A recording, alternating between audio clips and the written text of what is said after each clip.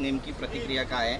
कारण एक प्रवाह असा पण आहे की अबू आझमी याला जबाबदार आहेत. एक लक्षात घ्या, कालच्या नागपूरच्या घटनेच्या संदर्भात राज्याचे मुख्यमंत्री आदरणीय देवेंद्र फडणवीसजी, उपमुख्यमंत्री आदरणीय एकनाथ शिंदेजींनी अधिकृत पद्धतीने विधिमंडळामध्ये विधानसभेमध्ये निवेदन केलेलं आहे.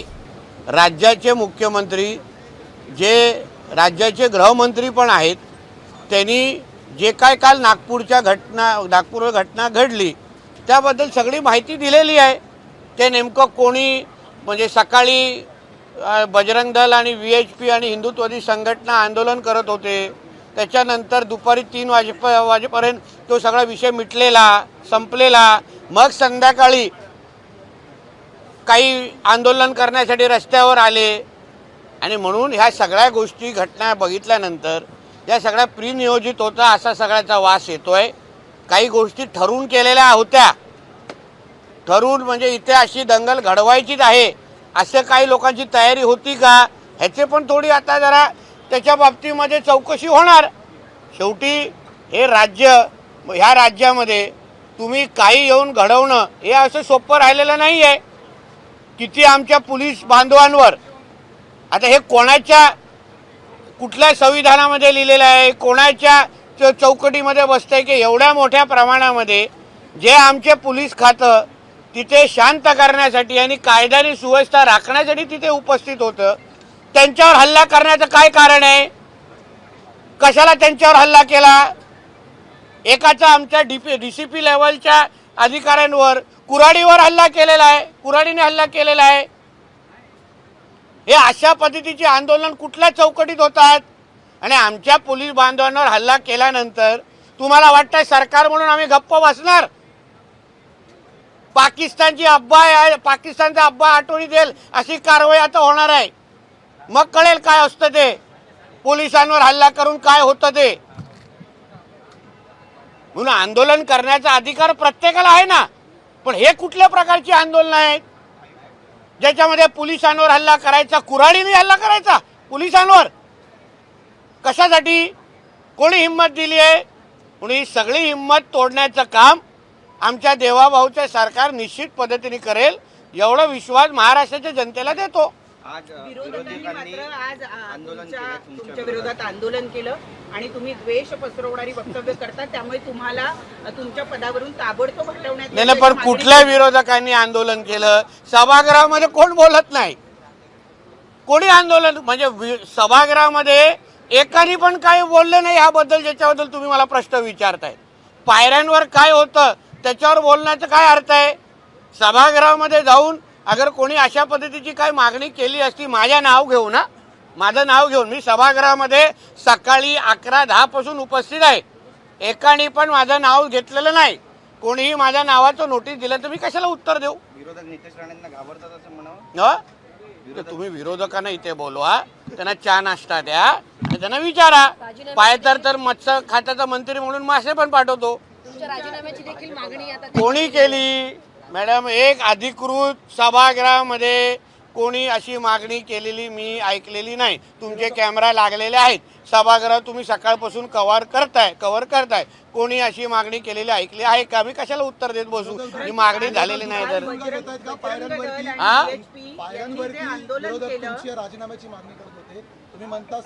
कुठले विरोधक? मला जी काय फोटो कोणीतरी दाखवला मागे विरोधक, त्याच्यामध्ये आमचे सत्ताधारी पण आमदार होते. एक 7-8 टकली कोणतरी बॅनर माझा फोटो लावून वापरत होते. त्याला कोणा काय मागणी करायची? एवढी मोठी मागणी करू नका हो, चुकून सरकार बिरकार पडेल. बजरंग दल आणि VHP यांनी जे आंदोलन नाही, एक मराठी संपूर्ण काल VHP आणि बजरंग दल यांनी जे आंदोलन केलं त्याचा परिपाक म्हणून काल रात्री ती दंगल नागपुरात पेटली असं विरोधकांचं म्हणणं आहे. सातत्यानं द्वेषपूर्ण वक्तव्य करणं आणि नाही, पण ते सकाळचं जे आंदोलन आहे ते कशासाठी झालं? VHP आणि बजरंग दल आणि हिंदुत्ववादी विचाराचे जे संघटना आहे त्यांनी आंदोलन कशाला केलं? म्हणजे ह्या राज्यामध्ये या मुद्द्यावर आंदोलन करण्याची काय चूक आहे का? की त्याला लगेच तुम्ही संध्याकाळी पोलिसांना मारेपर्यंत तुम्ही वातावरण खराब करणार? म्हणजे एवढं तुम्हाला वाईट वाटलं सकाळचं आंदोलन? की तुम्हाला तिथे, मला एक आश्चर्य वाटलं, तिथला एक भाग आहे तिथे रोज एका विशिष्ट धर्माचे लोक पार्किंग करतात. कालच तिथे पूर्ण पार्किंग केली नाही तिकडे. म्हणजे प्री नियोजित होतं का? आता जे आमच्या मुख्यमंत्री साहेबांनी सभागृहामध्ये सांगितले, ट्रकभर दगड आले कुठून? ट्रकभर दगड तिथे का ठेवलेला आणून? म्हणजे काय उद्दिष्ट होता? काय उद्दिष्ट होतं त्याच्या मागचं? या सगळ्याची आता चौकशी टप्प्याटप्प्यात होईल.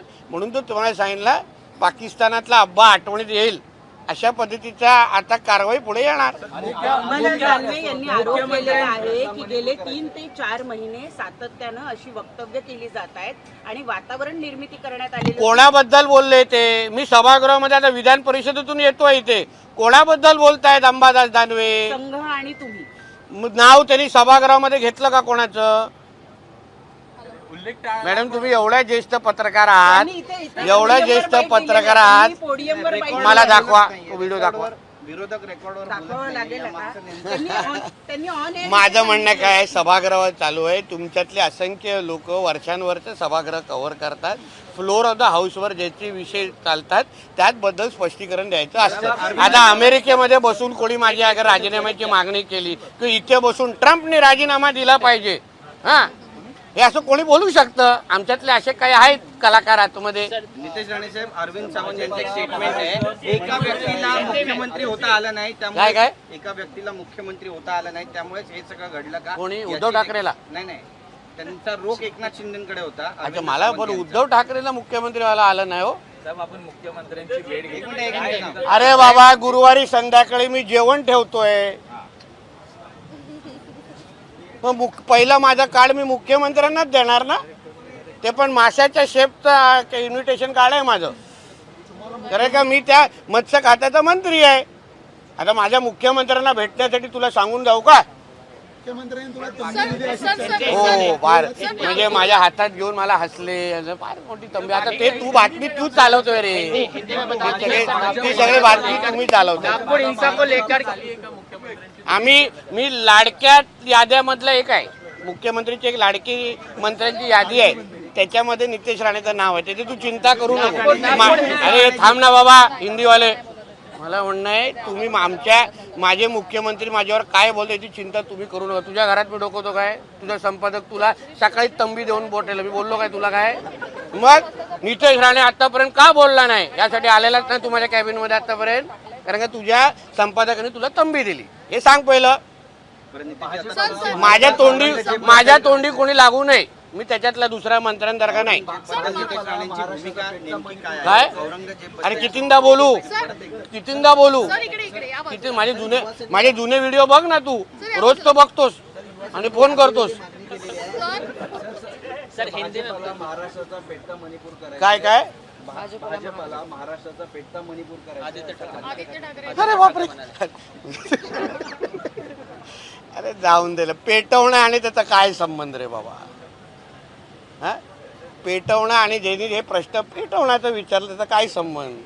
पहिलं कंठ तरी फुटून दे, मग पेटवण्याबद्दल बोलू. शिवजयंतीच्या संध्याकाळी अशा पद्धतीची नागपूरची घटना आली आहे. त्याच्यात 24 तासामध्ये विविध जिल्ह्यांमध्ये अशा घटना पुढे येताना बघायला मिळतात. कुठल्या जिल्ह्यात झालंय? जालन्यामध्ये देखील झालं आहे. जालन्यामध्ये ते झालं मॅडम. ते एका स्टेटस ठेवण्यावरून, ज्याच्याबद्दल सन्मान्य अर्जुन खोतकरजींनी सभागृहामध्ये ती माहिती दिली, त्याच्यावर आदरणीय मुख्यमंत्र्यांनी सांगितलेलं आम्ही त्याच्यावर सक्त वक्तव्य करू, म्हणजे आम्ही त्याच्यावर कारवाई करू. संपला विषय.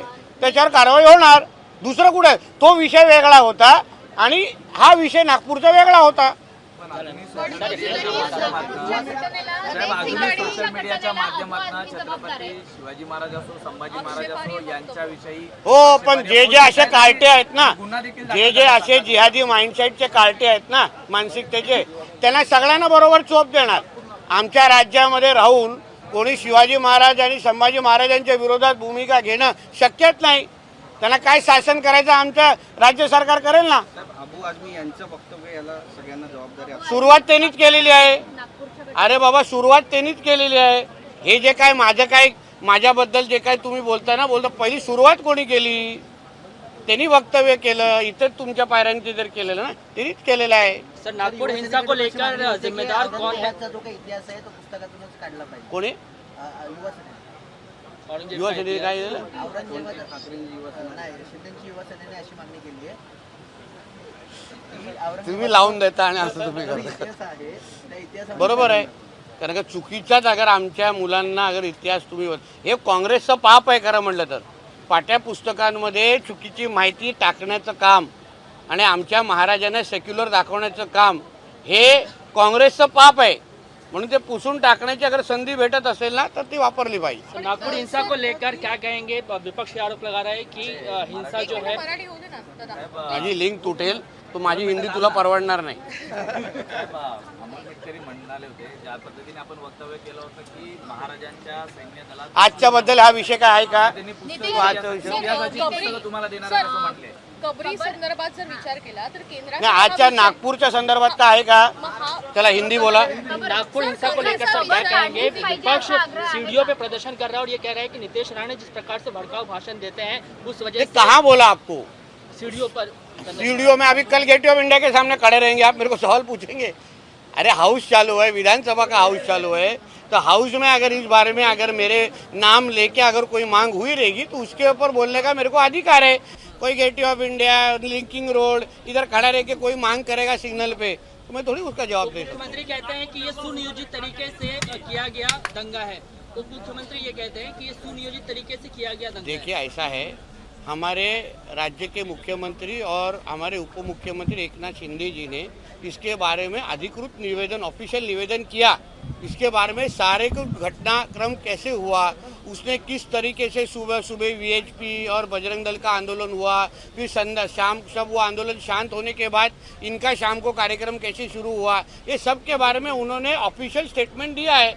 वही चीज़ सत्य है क्योंकि राज्य के प्रमुख है, होम मिनिस्टर है, उन्होंने जो कोई मालूमात दी है वो सत्य है. उसके साथ जिसने भी पुलिस के ऊपर हाथ उठाया वो हाथों को तो हम छोड़ेंगे नहीं. जिसने हमारे डीसीपी लेवल से लेके मुझे लगता है 33 पुलिस लोगों के ऊपर आज जख्मी हुए. ये किस तरीके का आंदोलन है कि तुमको पुलिस लोगों के ऊपर हाथ उठाना पड़ता है?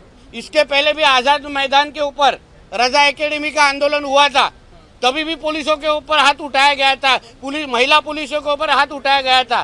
कुछ सालों पहले मुझे ऐसा लगता है 2008 के करीब तभी भी भिवंडी में रजा एकेडमी का आंदोलन हुआ था, वहाँ भी 2 पुलिसकर्मियों को मार डाला गया था.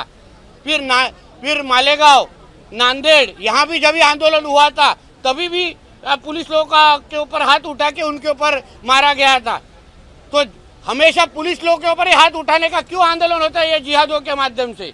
तुमको आंदोलन करना है ना तो अपना लोकशाही तरीके से आंदोलन करो ना, अपना विचार रखो लोगों के सामने, अपना मुद्दा बताओ.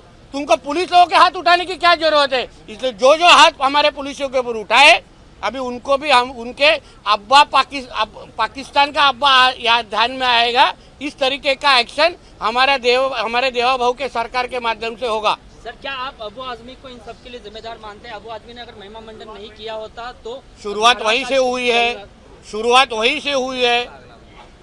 आग लगाई उधर से, शुरुआत वहीं से हुई है. औरंगजेब को बड़ा करने का काम ये उनके ही चेले चपेटे ने किया है ना, उसका ही रिएक्शन आ रहा है अभी. तो तभी औरंगजेब उसको अबू आजमी जी को अपने घर पे बुला के सत्कार करने वाले लोगों को पूछो क्या है वो, उनको पूछना चाहिए ऐसे आदमी को तुम बड़ा क्यों करते हो. आज की पीढ़ी को औरंगजेब का इतिहास जानना चाहिए. ऐसा है, उनके आरोप को कुछ महत्व है क्या? उनके पिताजी जब भी मुख्यमंत्री थे तभी पाकिस्तान जिंदाबाद, अल्लाह अकबर, हाँ तो पाकिस्तान के झंडे सब जगह हमको दिखाई देते थे. उनको कौन सा अधिकार है इस तरीके का इस तरीके का क्रिटिसिज्म करने का? उनके पिताजी होने के बाद महाविकास आघाड़ी का जब वो खुद मंत्री थे तब कुछ अलग नहीं हुआ था. हमारे सरकार के वक्त ऐसी कोई किसी को भी हिम्मत हम करने नहीं देंगे. हमारे पुलिस डिपार्टमेंट के माध्यम से देखो किस तरीके की कार्रवाई हो रही है. हमारे इधर सचिन वाजे जैसे नहीं है जो उनके पास थे. विपक्ष आरोप लगा रहा है कि सरकार के मंत्री, सरकार के नुमाइंदे ही भड़काऊ भाषण करते हैं और उस वजह से इस तरह की सच बोलना और हिंदू समाज की बाजू लेना, सनातन धर्म के खिलाफ के साथ खड़ा रहना, इसको कोई आग लगाना बोलता नहीं है. मैं एक हिंदू हूँ और मैं अपने मंत्री और आमदार होने के पहले एक हिंदू हूँ। उसके हिसाब से अगर मैं सनातन धर्म की बाजू अगर बोल रहा हूँ तो उसमें कुछ गलत नहीं है। किताबों से औरंगजेब का जिक्र हटा देना चाहिए। क्या क्या क्या मुख्यमंत्री ने ये स्टेटमेंट दिया है कि छावा मूवी देखने के बाद, क्योंकि उसमें इतने सालों के बाद 300 पेक्षा ज़्यादा सालों के बाद जो सच्चाई बताने की हिम्मत अगर इसने छावा के माध्यम से हुई है तो मुझे लगता है कि मुख्यमंत्री जी का स्टेटमेंट सही है। किताबों से औरंगजेब का इतिहास हटाने की जरूरत है, आप ये समझते हैं? जरूरी है कि वो कांग्रेस का पाप है। कांग्रेस ने ही सालों साल हमारे छत्रपति शिवाजी महाराज को सेक्युलर बताने की कोशिश की है, सर्वधर्म भाव समभाव बताने की कोशिश की है। तो उसको अगर उस गंदगी को अगर निकालना होगा तो निकालने की अगर हम लोग को चांस मिलता रहेगा तो दिखाना चाहिए, करना चाहिए। नीतीश जी, एक सवाल ऐसा है कि कल ही मुख्यमंत्री देवेंद्र फडणवीस जी ने कहा कि एएसआई ने उसको संरक्षित करके घोषित किया है। उस बारे में मुख्यमंत्री साहब ने स्टेटमेंट दी है ना। आपको कुछ सकाळी काय ओढलं बिडलं काय तुला? नहीं, दूसरी तरफ ये है कि अमोल मिटकर ये बयान दे रहे हैं उसके आज नागपूर के घटना के बारे में और कुछ मराठीमध्ये मला विचारायचं, ज्यांनी पोलिसांवर हात उचलला, पोलिसांवर दगडफेक केली, त्या दिवाळीने वार पण झाले, ज्यांनी पोलिसांवर हात उचलले त्या एका हाताला आम्ही ठेवणार नाही, त्यांना दाखवू काय असतं। हा काय त्याच्या अब्बाचा पाकिस्तान नाही आहे की पोलिसाच्या अंगावर तू जाणार आणि आम्ही गप्प बसणार। हे देवाभाऊचं सरकार आहे। आता संध्याकाळी आडवे तिडे जेव्हा दांडे पडतील ना तेव्हा कळेल कसं पोलिसांवर हात उचलल्यावर काय होतं। डीसीपीच्या लेवलच्या अधिकाऱ्यावर तुम्ही कुऱ्हाडी चालवतात, हे तुमचे आंदोलन, हे तुमच्या धर्मामध्ये शिकवलंय। याच्या अगोदर किती आंदोलन केलं। आझाद मैदानच्या वेळी पण याच रजा अकॅडमीच्या लोकांनी जेव्हा आंदोलन केलं तेव्हा पण पोलीस महिला कर्मचाऱ्यांवर हात उचलला। भिवंडीला पण असंच झालं, मालेगावला पण असं। किती तुम्हाला दाखवू? मग ह्यांची आंदोलनं हे पोलिसांच्या विरोधात असतात काय? मग आता पोलीस खात्याला हात उचलल्यावर काय होतं हे एकदाच आता इतिहासामध्ये नोंद होऊन दे, मग नंतर हात कापतील। राणेसाहेब, सध्याची नागपूरची परिस्थिती काय आहे? किती जणांना माहिती देईल ना, आपल्या गृहमंत्री साहेबांनी माहिती दिलेली आहे, तीच अधिकृत माहिती आहे। चौकशीच्या बाबतीमध्ये काय सकाळी झालं, किती पोलिसांवर हल्ले केले, त्याच्याबद्दल काय चौकशी सुरू आहे, त्या सगळ्याच्या बाबतीमध्ये अधिकृत माहिती दिलेली आहे। सर, शिवसेनेचे आमदार संजय गायकवाड म्हणतायत की बाबरीप्रमाणे कबर देखील आम्ही उद्ध्वस्त करू। कणभर पण नको त्या महाराष्ट्रात हे कलक असं म्हणतायत।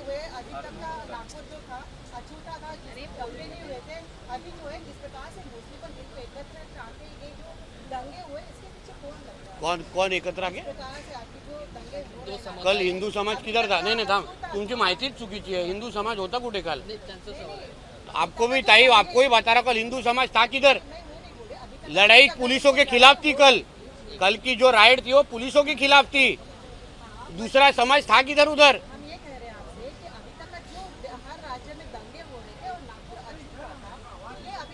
अभी मुझे नागपुर में अभी कभी दंगे हुए नहीं है, कभी मैंने सुना नहीं था। रोका जाएगा ना मैडम, चिंता मत कीजिए। शासन, अरे पुलिस, आपने शायद सुबह से हमारे होम मिनिस्टर का स्टेटमेंट देखा नहीं रहेगा, देखिए पढ़िए, आपको समझ में आ जाएगा। ये होगा। एबीपी माझा, उघडा डोळे बघा नीट।